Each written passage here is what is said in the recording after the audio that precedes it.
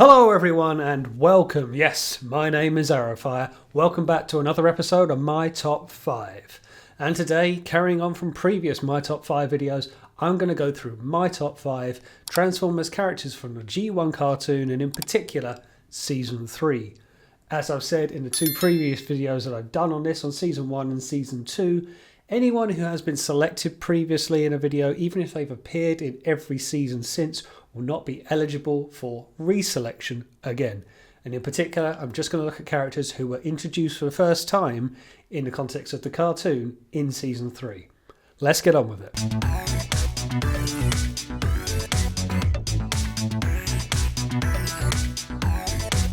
Arrowfire's Top 5. Number 5, Rodimus Prime. A bit of an interesting one to start with, but I always felt Rodimus grew into the role much more than what we saw of Hot Rod in the 86 movie.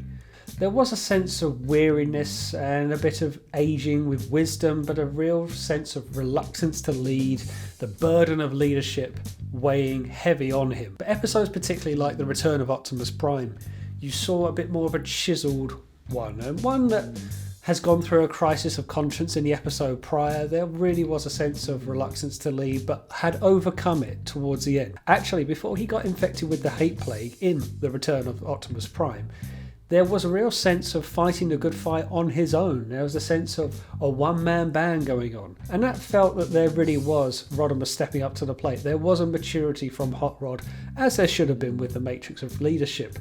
But the character felt he could stand away from Hot Rod that little bit more. There was that change of appearance as well, slightly brown texture, looking a bit more withered, a slight bit more wiser, not so hot-headed, not so Hot Rod. Number 4, Galvatron. Galvatron, particularly in the Season 3 cartoon, just showed how unhinged he was. In the 1986 movie, there was a sense of evil, maniacal, but controlled, measured very much, the character portrayed by Leonard Nimoy. But in Season 3 there was a Joker-esque cackling. We saw how much he was literally classed as insane, strapped to a bed undergoing psychoevaluation. But the character itself was nonsensical, and that was quite interesting, how if this was supposed to be Megatron, how removed it was. Megatron was evil and certainly vindictive, but never crazy. And Galvatron would stand on his own as crazed, would certainly rule by fear, would lead the Decepticons with fear, because whatever he would put the Autobots through, he would certainly do to his own team. And I think the rest of the Decepticons knew that. Even Cyclonus, who possibly took as much liberties with Galvatron as anyone else, was very wary of him, and there really just was this sense of unpredictability that made for a very deliciously evil character to watch, but must have been hell to work for. There is a sense of, is this Time Wars Galvatron? Is it that sense of evil? IDW carried on as much, but certainly in the sense of a children's cartoon in the 1980s, yeah, we did see a stand-apart character that was a bit more crazed than what we were used to with Megatron. Number 3, Ultra Magnus. I felt sorry for Magnus a little bit following the 86 movie. It looked like Magnus was going to be introduced as the new commander, as was hinted to be intended, the new leaders, and he was the city commander, which quickly got quashed, and he was always a lieutenant, he was always a second in command. You did get the sense of, with Rodimus's crisis of confidence, that Magnus was the one holding together. He never faltered, he never wavered, he was always integral, and his size really made him stand out on his own. He was this big, muscular bot who could handle himself with battle, had all of the respect of the other Autobots, and looked pretty cool in doing so. Really had Autobot vibes running through him, which again transcribes straight into IDW comics in much further years down the line. But the cartoon played Magnus as the one who would always put his team first. Whenever he was being repaired or worked on, he was never the one to say he needed fixing up. He never had an ego.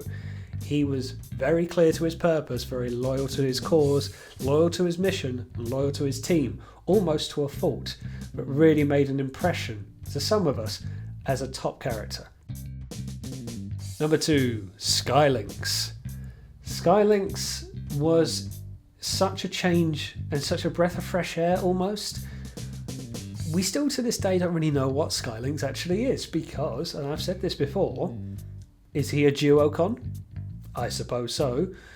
We don't really understand why, and I thought of this a lot with the return of Optimus Prime. When Optimus comes back, it is the Lynx who's doing most of the talking to Optimus, and I think to myself, is this Skylinks? Is it just his subconscious talking through another partition? Okay, fine, but does that make him a duocon? He's also, it's not really portrayed, but he is at least the size of a combiner, maybe, I don't know, Jetfire size, tidal wave size, broadside size. He's bigger than most Autobots, and he would certainly stand clear. He became a bit of the new Jetfire, in which case he was just there to be transport, whilst he had a very cool looking alt mode in the space shuttle, which is a great design to this day, and is still a very iconic character. His introduction gave him a bit more meat on the bone, his egocentrical, his magnificence, his brilliance. He loved to big himself up and say he was the best lieutenant commander of the Autobots that there ever was and ever will be, but was certainly sure of himself. So when he was introduced, he didn't feel just like a transport, didn't feel like an Autobot version of Astro Train, which is quite pinnacle. He had enough going for him, and even though we would see him not transform as much as maybe some others, he didn't really need to. His presence on screen was enough. He's still a beloved character to this day. And number one, Razorclaw. Yeah, sorry, my list, I can choose who I like, can't I? Yes, I'm a Razorclaw fanboy, what am I going to say? Alright, in terms of Season 3, Razorclaw does not get the biggest outing. It actually gets, a handful of speaking lines, if that. It's the introduction of the Predacons that's arguably more interesting than the individual captain of the Predacons.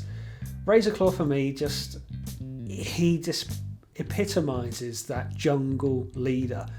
I've said this time and time again, how he is a fearless leader. He has the heart of a lion. In IDW there was this slight hint that he would challenge Starscream for leader of the Decepticons, and I really liked that. I kind of felt that with Razorclaw turning into a lion and having the heart of a lion, it was kind of the opposite to a Grimlock. There was that kind of feral team that needed a strong-willed leader.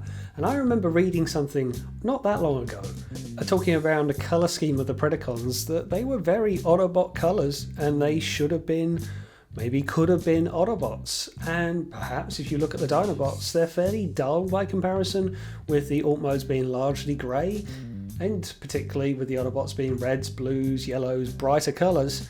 Yeah, the Dinobots maybe could have had, or could have been, more Decepticons with their colour scheme, and maybe the Predacons could have been Autobots. It's an interesting thought, maybe a bit noble creatures.